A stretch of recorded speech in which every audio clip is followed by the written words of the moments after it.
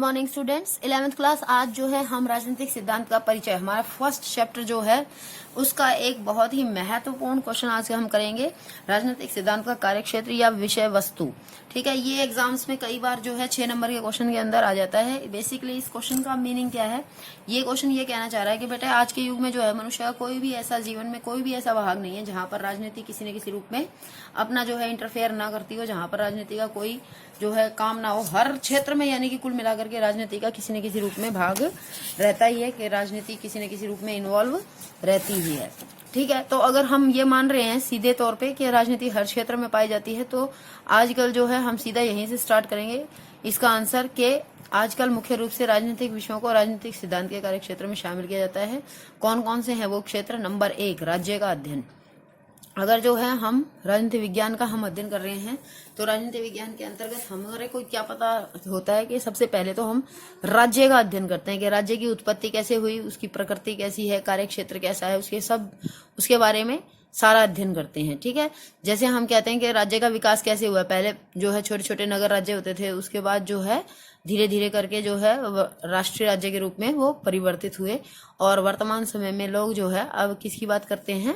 अब जो है वर्तमान समय में लोग अंतर्राष्ट्रीयवाद की बात करते हैं। ठीक है, तो सबसे पहला कारण क्या है, सबसे पहला हमारा क्षेत्र क्या रहेगा? हम किस चीज का अध्ययन करते हैं? राज्य का अध्ययन करते हैं। सबसे पहला हमारा क्षेत्र रहेगा, कार्यक्षेत्र रहेगा राज्य का अध्ययन। ठीक है, उसके बाद सेकंड पॉइंट देखिए आप। सेकंड पॉइंट है राज्य के बाद आता है, राज्य के बाद आती है सरकार। कि सरकार ही राज्य का वह तत्व है। बेसिकली बेटा 4 तत्व होते हैं, ठीक है, राज्य के, तो उसमें सरकार एक महत्वपूर्ण तत्व है। तो राज्य के जो सरकार जो है, जो राज्य का तत्व होती है, जिसके द्वारा राज्य की अभिव्यक्ति होती है। क्योंकि देखो राज्य तो जो है राज्य का जो भी काम होता है वो किसके माध्यम से होता है? सरकार के माध्यम से होता है। ठीक है, तो इसीलिए जो है सरकार का अध्ययन करना बहुत ही ज्यादा जरूरी है, जिसके अंतर्गत जो है हम सरकार के 3 अंग, कार्यपालिका, विधानपालिका और न्यायपालिका, तीनों का ही अध्ययन करते हैं। इन तीनों ही अंगों का कैसे संगठन हुआ है, कैसे मतलब ये बने हैं, इनके क्या क्या अधिकार क्षेत्र हैं और इनके आपस में क्या संबंध है, इन सब चीजों के बारे में हम अध्ययन करते हैं। ठीक है, इसके बाद थर्ड पॉइंट है हमारा नीति निर्माण की प्रक्रिया, कि पॉलिसी मेकिंग प्रोसेस किस तरीके से चलता है। आधुनिक विद्वानों के अनुसार जो है नीति निर्माण प्रक्रिया भी राजनीतिक सिद्धांत के क्षेत्र में ही अध्ययन की वस्तु माना जाता है।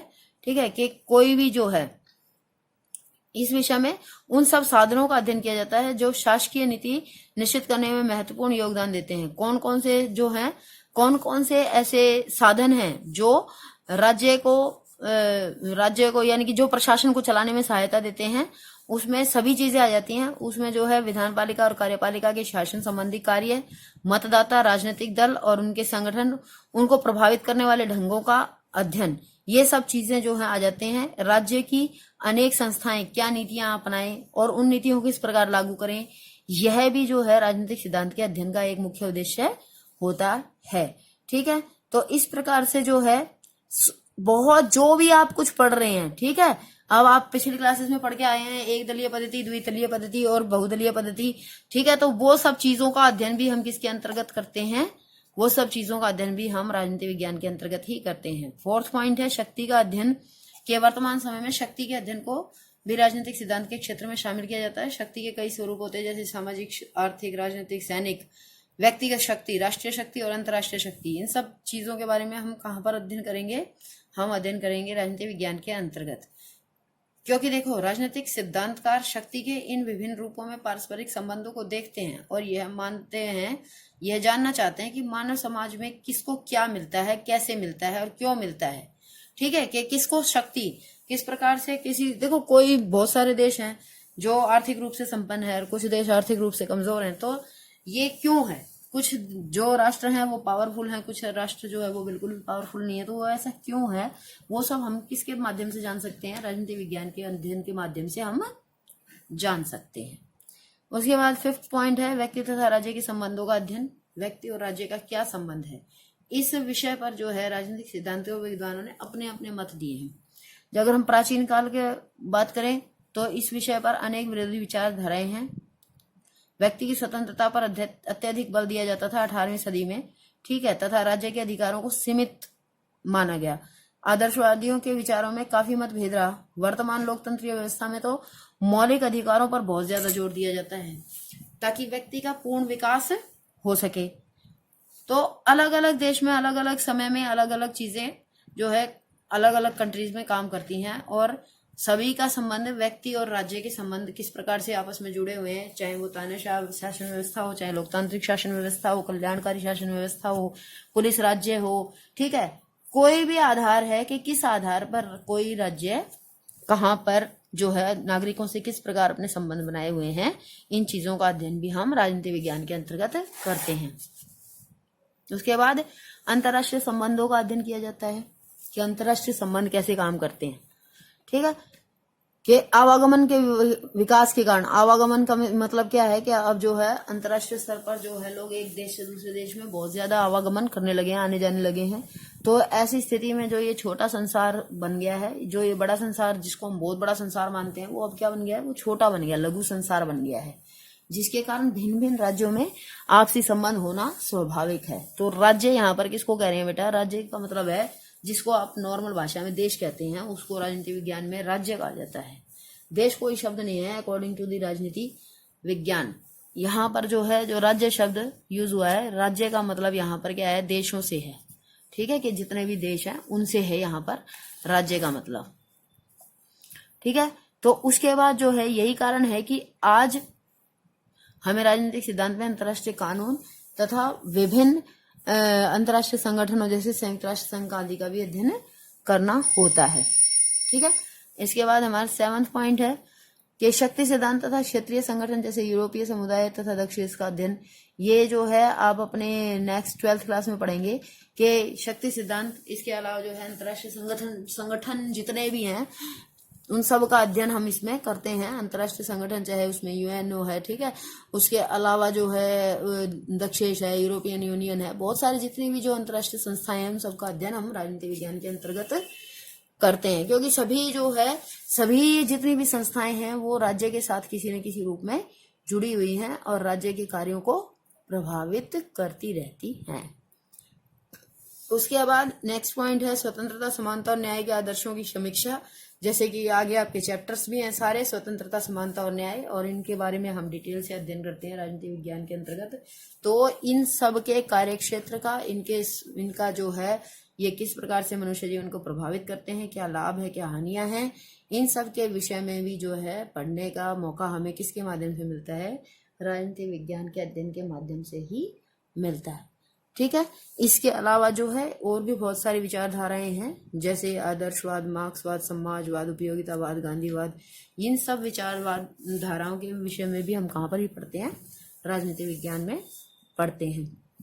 ठीक है, इसके अलावा देखो कि कहते हैं कि यद्यपि उन्होंने जो है देखिए उदारवादियों ने राजनीतिक स्वतंत्रता तथा नागरिकों के अधिकारों के लिए जो संघर्ष किया उसका समर्थन कार्ल मार्क्स द्वारा भी किया गया है। यद्यपि उन्होंने इस बात पर बल दिया कि वास्तविक लोकतंत्र की स्थापना तभी हो सकती है जब समाज में वर्ग भेद को दूर किया जाए। क्योंकि कार्ल मार्क्स के अकॉर्डिंग क्या था बेटा? कार्ल मार्क्स ये मानता था कि समाज में दो ही वर्ग हैं, पूंजीपति वर्ग और मजदूर वर्ग। ठीक है, तो वो ये कहता था कि ये वर्ग भेद जो है वो दूर होना चाहिए। महात्मा गांधी ने भी एक ऐसे ही समाज की कल्पना की जिसमें सत्ता का अधिक से अधिक विकेंद्रीकरण हो। विकेंद्रीकरण का मतलब क्या है कि शक्ति जो है एक व्यक्ति या संस्था के हाथ में न होकर के बहुत सारे लोगों और बहुत सारे जो है संस्थाओं के हाथों में होनी चाहिए, जिससे कि शक्ति का विकेंद्रीकरण होगा तो ज्यादा जो है ज्यादा निपुणता पूर्वक या फिर ज्यादा जो है बारीकी से हर क्षेत्र का विकास पॉसिबल हो पाएगा। ठीक है, और इसके साथ ही ऐसी व्यवस्था में प्रशासन, उत्पादन तथा वितरण की मूल इकाई ग्राम होगा। यहाँ पर इसका लाइन का मीनिंग क्या है कि जो महात्मा गांधी जी थे उन्होंने ग्राम स्वराज का नाम दिया। उन्होंने ये कहा था जो आजकल हम ग्राम पंचायत का जो कॉन्सेप्ट पढ़ते हैं वो महात्मा गांधी जी द्वारा ही दिया गया कॉन्सेप्ट है। उन्होंने ही शुरू से जो है ग्राम पंचायत के ऊपर ध्यान दिया था और उन्होंने ग्रामीण क्षेत्रों के अधिकतम विकास के लिए बात कही थी। नेक्स्ट है नारीवाद, फेमिनिज्म, यानी कि देखो पारिवारिक मामलों में केवल एक सीमा तक ही सरकार द्वारा हस्तक्षेप किया जा सकता है, परंतु इसका अर्थ यह नहीं है कि सरकार इस ओर कोई ध्यान न दे। अनेक क्षेत्रों में, अनेक देशों में स्त्रियों की दशा को सुधारने में जो है बहुत आंदोलन किए गए हैं। और व्यक्तिवादी और मार्क्सवादी विचारों ने एक लंबे अरसे तक नारी उत्पीड़न के विरुद्ध कोई आवाज नहीं उठाई। ठीक है, क्योंकि 1970 के दशक, आप जो है यहाँ से इस पॉइंट को यहाँ से ले सकते हैं कि 1970 के दशक में स्त्रियों की स्थिति को सुधारने के लिए बहुत गंभीर प्रयत्न किए गए और अनेक लेखकों ने इस बात पर विचार प्रकट किए सामाजिक, आर्थिक और राजनीतिक सभी क्षेत्रों में उनकी स्थिति कैसे सुनिश्चित की जाए। भारत में जो है स्त्री प्रथा, बाल प्रथा और बाल विवाह, देवदासी प्रथा, इन सब चीजों के विरुद्ध जो है लड़ाई लड़ी गई तथा राज्य द्वारा इनके विरुद्ध कानून पास करके इन्हें समाप्त किया गया। ठीक है, तो आप ये जो है इस तरीके के यहाँ तक जो है इस पॉइंट को एक्सप्लेन कर सकते हैं कि नारीवादी बेसिकली विचार क्या कहते हैं। नारीवादी विचार ये कहता है कि महिलाओं को भी जो है पुरुषों के समान प्रत्येक क्षेत्र में, आर्थिक, सामाजिक, राजनीतिक सभी क्षेत्रों में समान अधिकार प्रदान किए जाने चाहिए बिना किसी भेदभाव के। उसके बाद है 10th पॉइंट, मानव व्यवहार का अध्ययन। मानव व्यवहार का अध्ययन किस प्रकार से करते हैं कि मानव जो है, मनुष्य क्या होता है बेटा, मनुष्य समाज में रहता है और रहते हुए ही मनुष्य समाज में रहते हुए ही बहुत सारे क्रियाकलाप करता है और सभी क्रियाकलाप राजनीतिक सिद्धांत के अंतर्गत ही आने चाहिए। आधुनिक विद्वानों जो व्यवहारवादी दृष्टिकोण से राजनीतिक सिद्धांत के विषय का अध्ययन करते हैं की मान्यता है कि मनुष्य भावनाओं का समूह है, उसकी अपनी प्रवृत्तियां और इच्छाएं होती हैं जिनके अनुसार उसका राजनीतिक व्यवहार नियंत्रित होता है। ठीक है, यहाँ पर जो है आधुनिक विद्वानों और व्यवहारवादी दृष्टिकोण की बात की गई है। तो व्यवहारवादी दृष्टिकोण का बात जो होती है, व्यवहारवादी यानी कि मनुष्य वास्तव में कैसा है, वास्तव में वो कैसे काम करता है, कैसे सोचता है। दूसरी तरफ होते हैं एक आदर्शवादी विचारधारा वाले लोग होते हैं जो आदर्शवाद की बात करते हैं कि आदर्श यानी कि क्या करना चाहिए।